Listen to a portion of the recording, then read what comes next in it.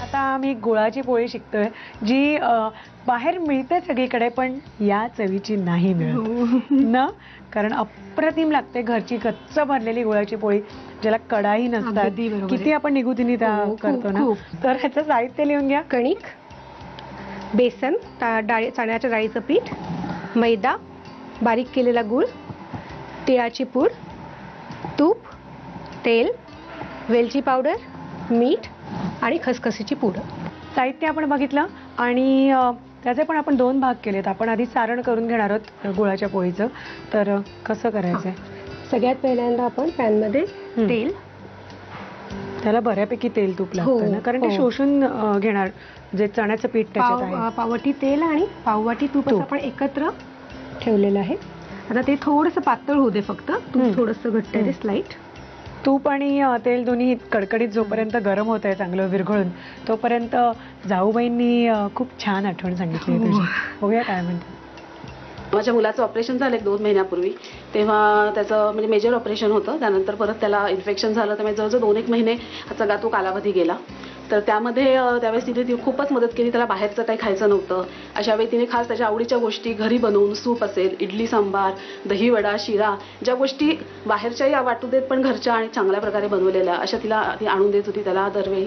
नंतर त्यानंतर लगेचच त्याचा वाढदिवस आला. मग ती घरी आली. नंतर त्याला घरी आणल्यानंतर त्याच्यासाठी तिने केक घेऊन आली होती त्या दिवशी. नंतर स्वतःच्या हाताने तिने दृष्ट काढली त्याची.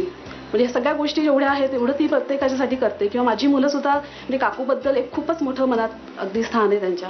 आणि मी तर जे काही शिकले असंच मी म्हणेन की मी लग्न होऊन घरी आले तेव्हा मी खरंच खूपच कमी मला गोष्टी माहिती होत्या. आणि मी तर प्रत्येक बाबतीत जे काही शिकले तिच्याकडे बघून शिकत आले प्रत्येक वेळी. बेसन आपण घालणार होतो त्याच्यात पाववाटी.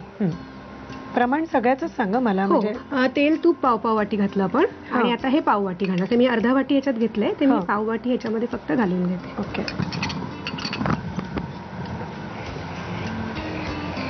आपण एक खमंग चांगलं भाजून घेऊ. आता हे पाववाटी तिळाचं कूट आपण घालायचं याच्यात. पाववाटी बेसनाच्या याला पाववाटी तिळाचं कूट सगळं पाववाटी घेतलंय आता आपण. घालू ना? हो, सगळं पाववाटी. आणि हा 1 वाटी गूळ आहे बारीक चिरलेला, तो घालायचा त्याच्यामध्ये. घालू? हो हो.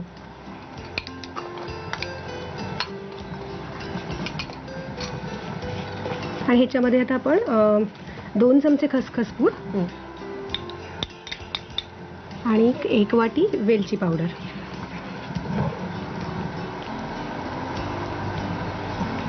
घालू का ग? हा, ती घातली तरी घालेल सगळे, कारण ती पोळीला टिपिकल तो वेलची जास्ती असते ना. नेहमीपेक्षा वेलची पावडर जास्ती असते.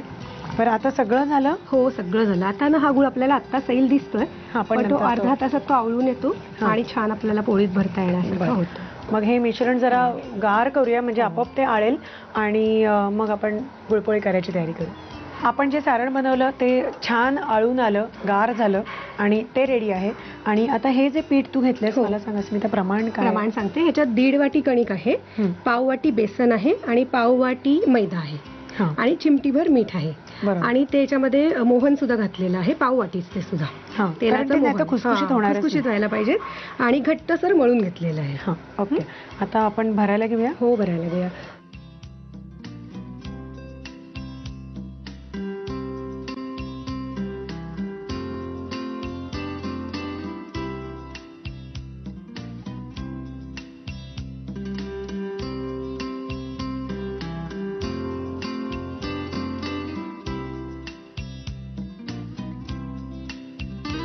ओके, ही लाटून झाली. आता भाजायची तयारी. गुळाची पोळी तयार झालेली आहे तव्यावर जायला. तर आता अगदी नाजूकपणे ती भाजायला लागते ना. हो, एकदम परफेक्ट आपल्याला शिकवलेली आहे. तर सारण कसं कसं केलं, पिठं काय घेतली होती आणि मापं पण तुम्ही नीट लिहा, कारण माप जर चुकलं तर गुळाची पोळी नक्कीच बिघडते. तर व्यवस्थित साहित्य आणि कृती घे. गुळाची पोळी बनवण्यासाठी लागणारं साहित्य: गव्हाचं पीठ, बेसन, बारीक चिरलेला गूळ, तिळाची पूड, साजूक तूप, तेल, वेलची पावडर आणि खसखशीची पूड. कृती: प्रथम एका पॅनमध्ये पाववाटी तेल आणि पाववाटी तुपाचं मिश्रण गरम करून घ्यावं. त्यामध्ये पाववाटी बेसन, पाववाटी तिळकूट, बारीक चिरलेला गूळ, 2 चमचे खसखशीची पूड आणि वेलची पूड घालून मिश्रण आळवून घ्यावं. गव्हाच्या कणकेच्या 2 पुऱ्या लाटून घ्याव्यात. त्यामध्ये गुळाचं सारण घालून गुळपोळी लाटून घ्यावी. खरपूस भाजून गुळपोळी साजूक तुपाबरोबर सर्व्ह करावी.